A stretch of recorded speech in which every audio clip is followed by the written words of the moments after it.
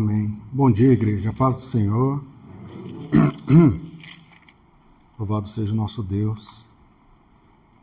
Vamos aproveitar bem esses momentos na presença do nosso Deus.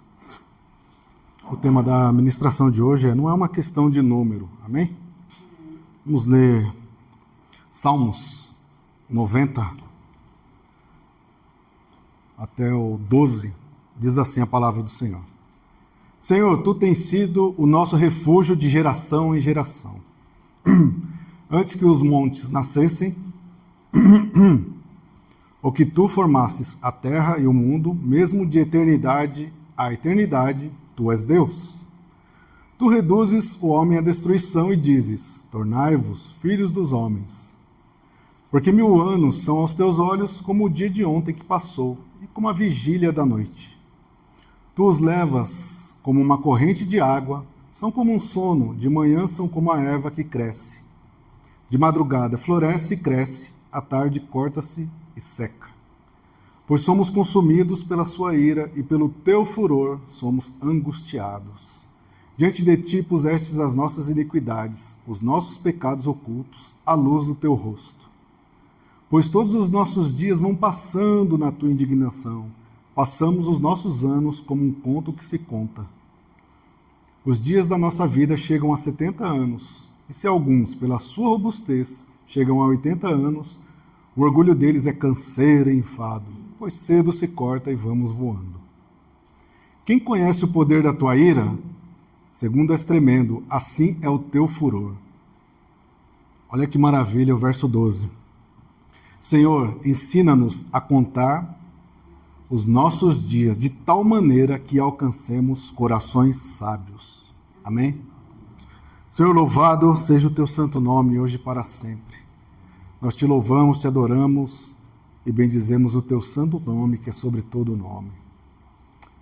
Senhor, nesta manhã mais uma vez queremos ouvir a tua palavra, ouvir a tua voz, saber que o Senhor é conosco faz toda a diferença. Fala mesmo, Senhor, aos nossos corações.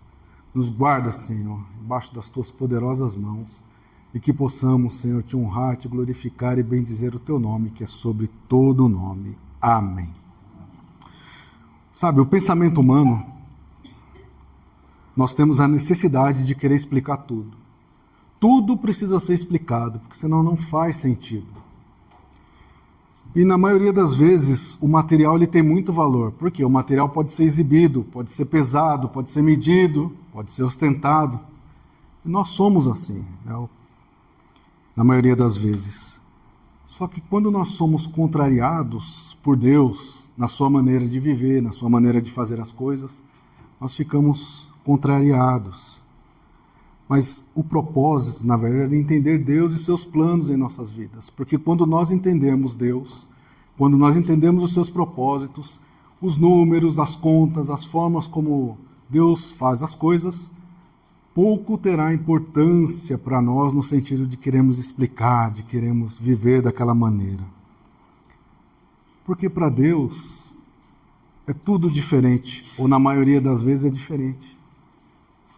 Para Deus, perder é ganhar. Quantos versículos na Bíblia, ou quantas vezes Deus demonstra que, às vezes, para ganharmos algo, precisamos perder, precisamos retirar das nossas vidas, precisamos deixar de lado. Por exemplo, renúncia e sacrifício são sinônimos de uma vida com Deus. A renúncia representa perder algo, de repente, aqui na terra, mas ganhar com Deus. Estar ao lado de Deus, viver com Deus. E nós devemos aproveitar essa oportunidade que Deus nos dá. Renunciar, fazer o sacrifício, significa somar em nossas vidas espirituais, significa crescer, significa ter um outro patamar espiritualmente falando. Sabe por quê? Para nós cristãos, a morte não é o fim, pelo contrário, como diz o texto, talvez vamos viver aqui 70, alguns chegarão a 80, um pouco mais. Mas nada se compara com uma vida com Deus na eternidade, em nome de Jesus. Amém?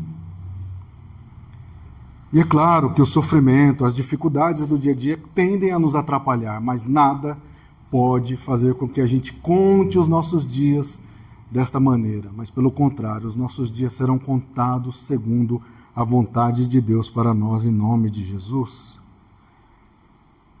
Esse texto fala da matemática da vida. O verso 12 que nós lemos aqui, geralmente quando estamos em família e por questão de aniversário, sempre que pedem para eu fazer a oração, quase todos nós temos um versículo preferido para ler, né? E eu gosto desse versículo porque ele representa, ou deveria mostrar, né? Automaticamente, a cada aniversário, nós vamos ficando mais velhos, vamos adquirindo experiência. E esse versículo mostra isso. Senhor, nos ensina a contar os nossos dias, ou seja, Senhor, me ajuda a entender o que está passando. Senhor, me ensina a entender por que eu cheguei até aqui. Senhor, me ensina a aprender. Senhor, me ensina a entender por que essas coisas acontecem comigo até aqui, Senhor, e que daqui para frente eu possa viver melhor. Quando eu contar os meus dias, serão dias assim, Senhor, e nenhum deles faltou a tua presença. E nenhum deles, Senhor, a minha oração não foi ouvida. Em todos os dias até aqui eu pude orar, eu pude, Senhor, te louvar e te adorar. Em nenhum dia, Senhor, eu me senti desamparado. Em todos os dias houve transformação na minha vida. E mais, Senhor, eu vejo essa transformação seguindo, Senhor, para a minha família, para aqueles que estão ao meu lado, a igreja onde eu tenho feito a minha comunhão, todas as coisas, Senhor, eu tenho contado os meus dias e eles são maravilhosos no nome de Jesus. Em nome de Jesus.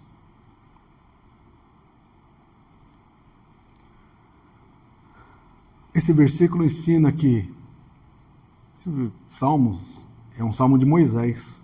Talvez seja um dos salmos mais antigos da Bíblia, né? Salmo de Moisés. E ele nos ensina aqui que aqui existem duas pessoas, uma que ensina e outra que aprende. Moisés está pedindo, ensina-me, Senhor, a contar os meus dias. Quem pode contar? Lógico, eu posso dizer, hoje é dia 12, semana que vem é dia 19. Daqui a um ano, passando 365 dias, não tem nada a ver com essa conta.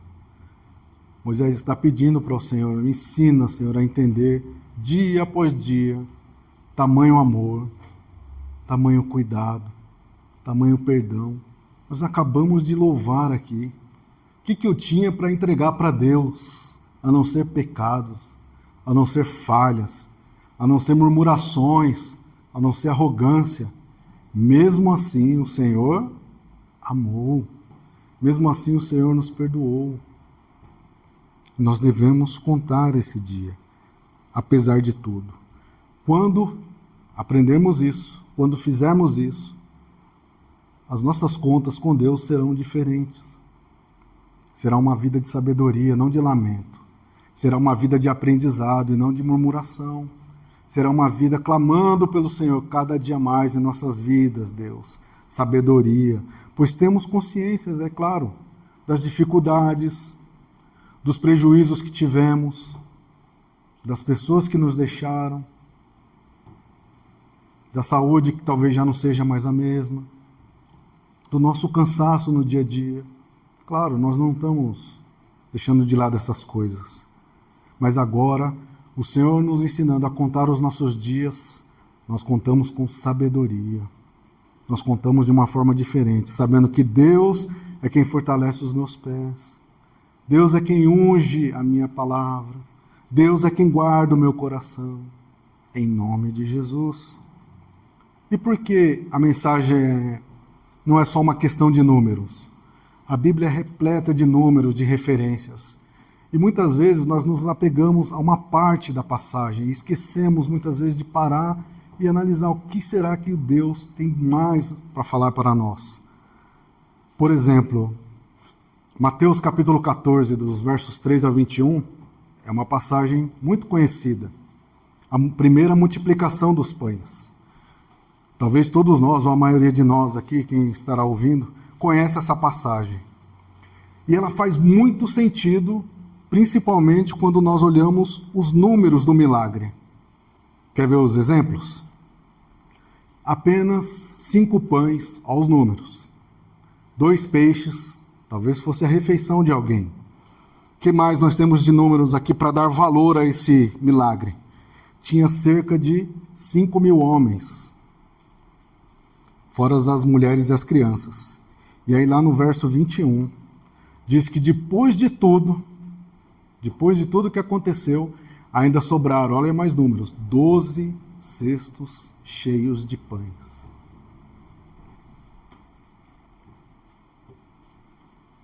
Não faz sentido esse milagre quando nós falamos com números?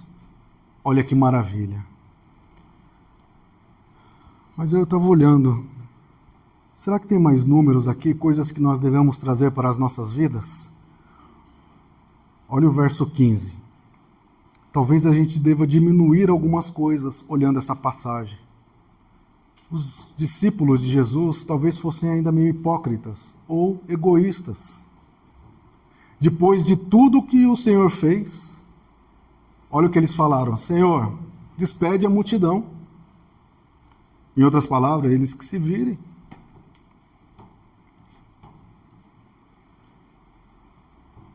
Será que eles não deveriam diminuir, tirar da vida deles a hipocrisia, o egoísmo? Despede essa multidão, Senhor. Eles que vão lá. Para que eles vão comprar pães, eles que se virem. Eu vou ministrar aqui, mas depois você se vire lá na sua vida. Se você quiser entender as coisas, vá atrás. Eita, agora mudou os números, né? Agora mudou as contas. Mas no verso 16, Jesus ele pede para somar. Ei, não é mistério que eles vão, não é necessário que eles vão, tem alguma coisa acontecendo. Dá-lhes vocês de comer. Vamos somar todo mundo aqui.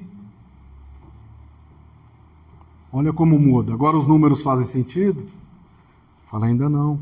Nós devemos somar as nossas responsabilidades. A multiplicação não é só para você. Não é só para mim, para eu ficar me exibindo, ou para o meu capricho, ou para que eu possa ficar falando, Deus me abençoou. Você não.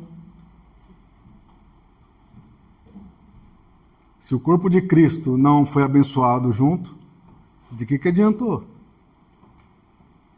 Nós devemos somar as nossas responsabilidades. Somos a igreja, a gente não cantou aqui um só corpo, um só coração. Que nada, sou como os discípulos, eles que vão lá e se virem para comprar comida. Mas Jesus falando, não, vamos somar as nossas responsabilidades aqui, vamos nós cuidarmos do corpo de Cristo.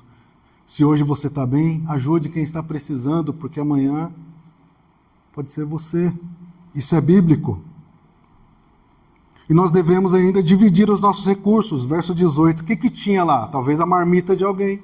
5 pães e 2 peixes. Com certeza não era a minha marmita. Talvez fosse 5 pães e 2 peixes para minha esposa. Pôr na chapa o meu.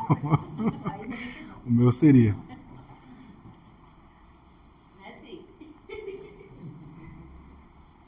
Nós precisamos dividir os nossos recursos. O que tem aqui para todo mundo?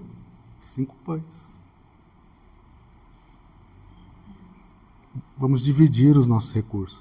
E aqui, escute bem, todos nós sabemos, ninguém está falando para você dar tudo o que você tem, para você atrasar contas, todas essas conversas, essas coisas que não são bíblicas que as pessoas ensinam por aí. Não é nada disso que estamos falando aqui, fique claro. Nós estamos falando no momento de comunhão. O que eu posso ajudar? O que eu posso dividir? Talvez uma parte dos meus bens, se você tem, amém. Talvez eu tenha mais tempo para contribuir, amém, estou dividindo.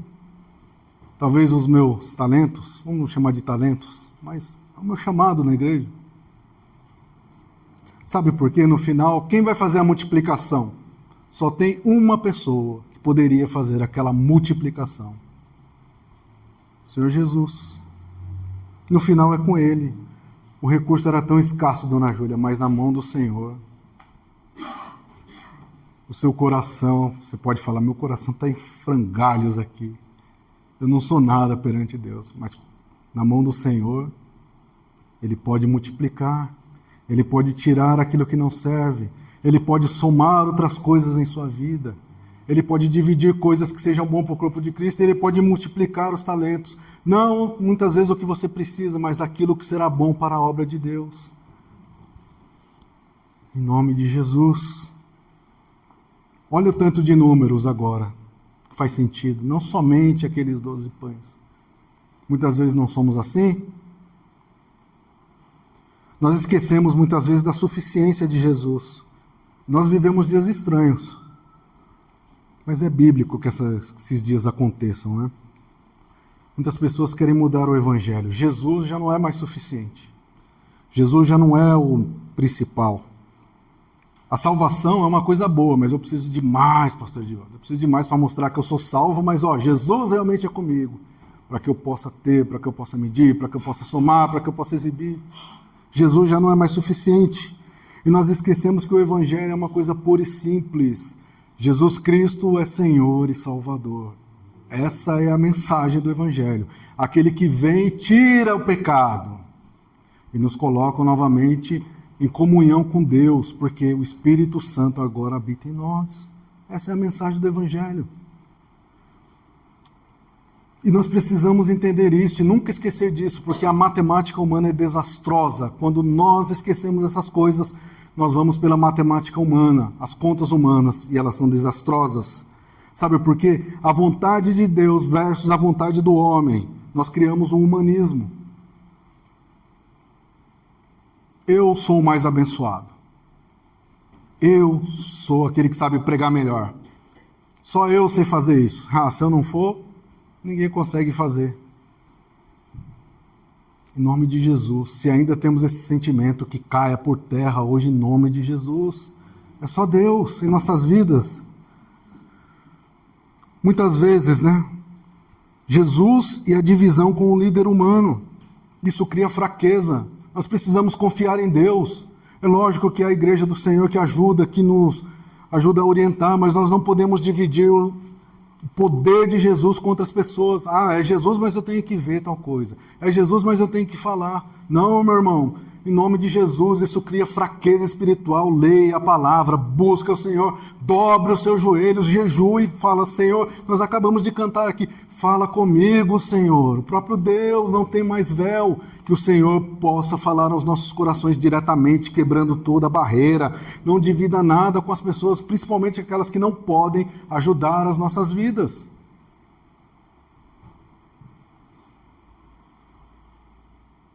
Não divida.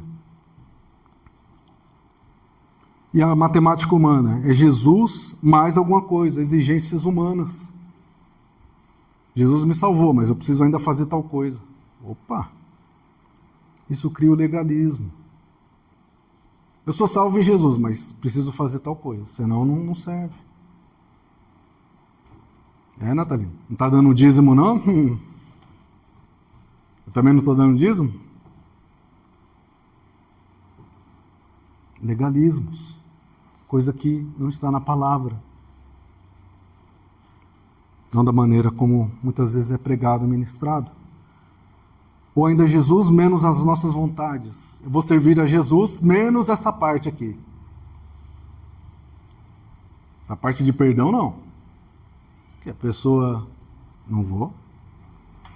E quando fazemos isso, não há mudanças em nossas vidas. Se tem uma coisa que Deus não abre mão, completude. Deus não aceita 99%. Quantas referências nós temos na palavra?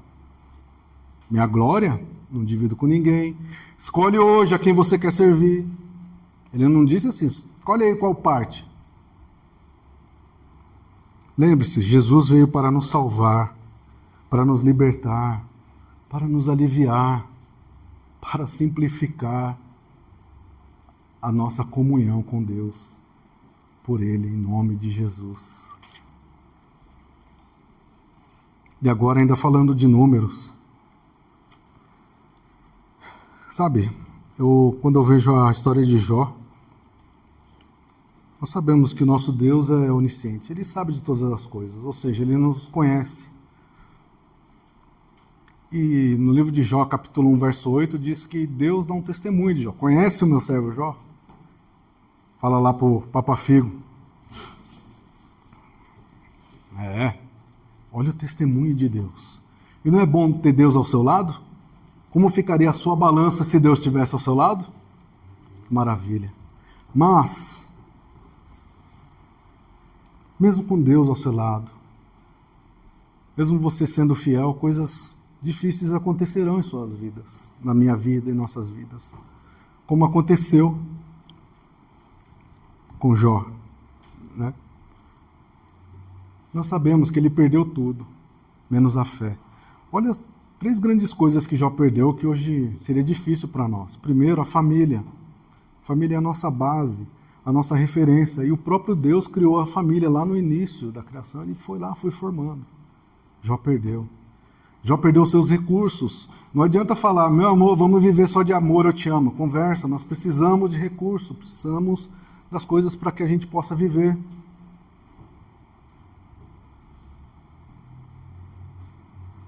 E por fim, Jó ainda perdeu a saúde. Ficou só o mínimo para ele viver. Quantos de nós, nessa situação, continuaríamos fiéis a Deus? Mas Deus conhecia Jó. Deus, ele também conhece as nossas vidas. E muitas vezes não compreendemos os números, né? Ou as coisas, ou os planos de Deus. Aí, Pietra, pode colocar aquela outra parte, por favor? E aí eu estava ouvindo e eu vi essa parte, eu achei sensacional. Como nunca foi uma questão de número, as coisas de Deus. Olha que maravilha isso. Peraí, Pietra, não. No começo da palavra, diz que Jó tinha algumas coisas. Então, olha o Jó capítulo 1, verso 3. Era o seu gado 7.000 ovelhas, que maravilha, 3.000 camelos, 500 juntas de bois, 500 jumentas. Era também muitíssima gente ao seu serviço, de maneira que este homem era maior do que todos no Oriente. Que maravilha a vida de Jó, hein? Jó capítulo 1, verso 3. Aí, Pedro, pode ir indo devagar. 7.000, 3.000, 500, como diz o versículo. Pode ir, Pedro. Aí. E nós sabemos que ele perdeu tudo, mas diz em 42:10 ali que depois de tudo Deus fez o quê? O Senhor virou o cativeiro de Jó quando orava pelos seus amigos, e o Senhor acrescentou a Jó outro tanto em dobro a tudo quanto dantes possuía. Vamos ver se a matemática de Deus faz sentido? Vai lá, Pedro. E assim abençoou o Senhor o último estado de Jó mais do que o primeiro, porque tinha 7. Quanto tem que ter agora? 14.000. Vai lá, Pietro. Dobrou? Ó, como Deus sabe fazer conta. Pode ir, Pietro. Camelo, 6.000. Quanto tem agora? 1.000 juntas de boi. Dobrou. Deus sabe fazer conta? Que maravilha. Vamos seguindo, Pietro. Agora vamos para os filhos. E nasceram-lhe 7 filhos e 3 filhas. Amém? Quantos tinham? 7 filhos, 7 filhas. Aí, e o Senhor virou o cativeiro de Jó. De novo, o Senhor dobrou. Então, Jó 42, verso 13. Quantos filhos tem que ter? Vai lá, Pietra. Quantos tinham? 7. Quantos tem que ter agora? Ih! Será que eu digitei errado? Será que eu digitei errado? O Senhor não dobrou? Né? Ô, Pietra. Pode ir mais um, Pietra. Aí. Será que Deus errou a conta? Será que Deus errou a conta? Eu vi essa palavra e achei maravilhosa. Pode ir, Pietra. O lado humano seria as contas que a gente faz. Só que do lado de Deus nunca mudou. Porque os 7 primeiros e os 3 primeiros nunca foram perdidos. Eles apenas descansam no braço do Senhor. Eles já estavam lá e o Senhor concedeu mais 7, mais 3. Ou seja, o dobro. Apenas uma parte ficou com Jó. E a outra parte já estavam descansando nos braços do Senhor. A conta do Senhor nunca foi errada. Só o nosso entendimento humano que é limitado. De novo, se tem 7 aqui, nós somos assim, tem que ter 7 aqui. Mas se tem 7 aqui, por que não 7 na glória com o Senhor? Algumas coisas podem ser substituídas, como foram os animais, mas as nossas vidas não, porque ela valeu o preço de sangue. É por isso que eu não posso abrir mão de orar pelo meu filho. Por isso que eu não posso abrir mão de orar pela minha família. Por isso que eu não posso abrir mão de orar por aquele que está ao meu lado, que aparentemente está morto. Não está, porque nas contas do Senhor ele ainda está, ele vale a pena, ele ainda é uma pessoa, ele não é insubstituível. Deus não erra a conta, porque não quero, porém, irmãos, que sejais ignorantes acerca dos que já dormem, ou seja, daqueles que já estão com o Senhor, que estão lá aguardando, para que não vos entristeçais como os demais, que não têm esperança. Qual é a nossa esperança? A volta de Jesus, o retorno de Jesus para nos buscar, a volta de Deus através do seu Filho Jesus para que possamos morar na glória com Ele e aí rever os que já estão lá, porque essa é a vontade do Senhor. Não é uma questão de números, amém? Isso é maravilhoso, não é? Já tinha visto isso dessa maneira? Vê como a gente passa, muitas vezes, pelo mesmo versículo, a mesma palavra, a gente não para pensar. Porque nós estamos daquele lado, limitado. Mas o nosso Deus aqui tudo sabe, tudo tem domínio e tem todo o poder. A conta dele nunca será errada. Se nós escolhemos o Senhor, se confiamos que o Senhor é poderoso para mudar as nossas vidas, o Senhor nunca errará uma conta e nunca errará nada em sua vida. Creia que tudo o que acontece com você está nas mãos do Senhor, em nome de Jesus. Não é uma questão de número, não é uma questão de anos, não é uma questão de posses, não é questão de saldo, não é questão de títulos. Nunca foi e nunca será uma questão de números, mas será a presença de Deus em nossas vidas, no nome de Jesus. Amém? São muitos exemplos bíblicos que a gente poderia trazer aqui. Talvez esse não seja nem os melhores, mas a mensagem é: os números são detalhes. O principal: Senhor, eu te aceito, eu te recebo como Senhor e Salvador da minha vida. Espírito Santo, muda a minha condição de pecador para filho remido. Que eu não seja somente um número numa igreja, mas que eu seja alguém que te serve, que te louva, que te adora. E que as minhas orações, Senhor, não sejam em vão, mas que antes sejam conhecidas perante a tua presença, para que o Senhor possa também dizer: olha o meu servo Jó, olha aquela igreja como me serve. Essa é a diferença. E o Senhor ensinará a contarmos os nossos dias aqui.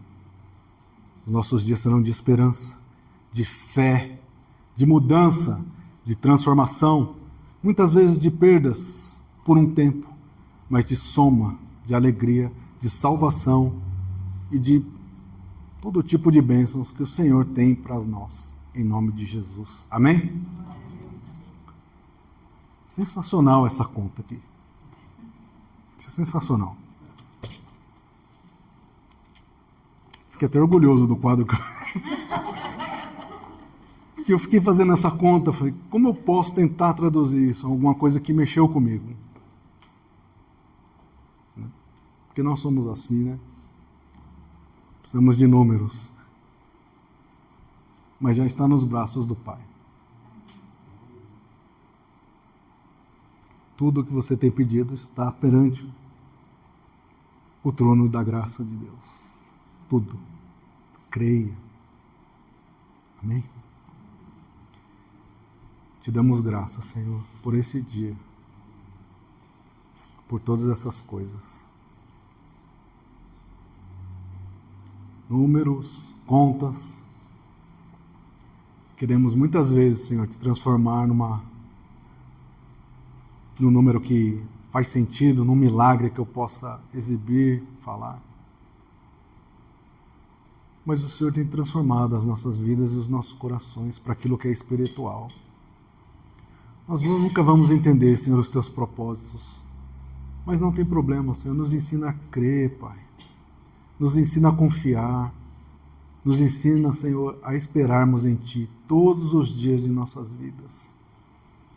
Nós sabemos, Pai, que o Senhor está no comando de todas as coisas e nenhum dos Teus planos, Senhor, pode ser frustrado.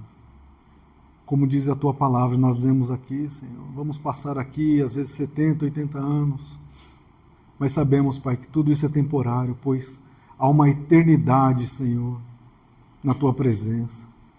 Uma eternidade, Senhor, entoando cânticos. Uma eternidade dizendo que o Senhor é santo.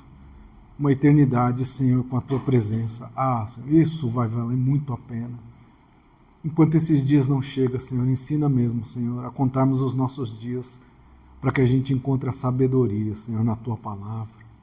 Para que possamos viver aqui, Senhor, conforme o Teu desejo, transformados, remidos, Senhor, fortificados em Ti, fortalecidos, com os pés firmados na Tua palavra. Deus amado, Deus bendito, que essa palavra, Senhor, faça efeito em nossas vidas e traga a transformação, e que nós possamos andar em Tua presença em todos os dias de nossas vidas.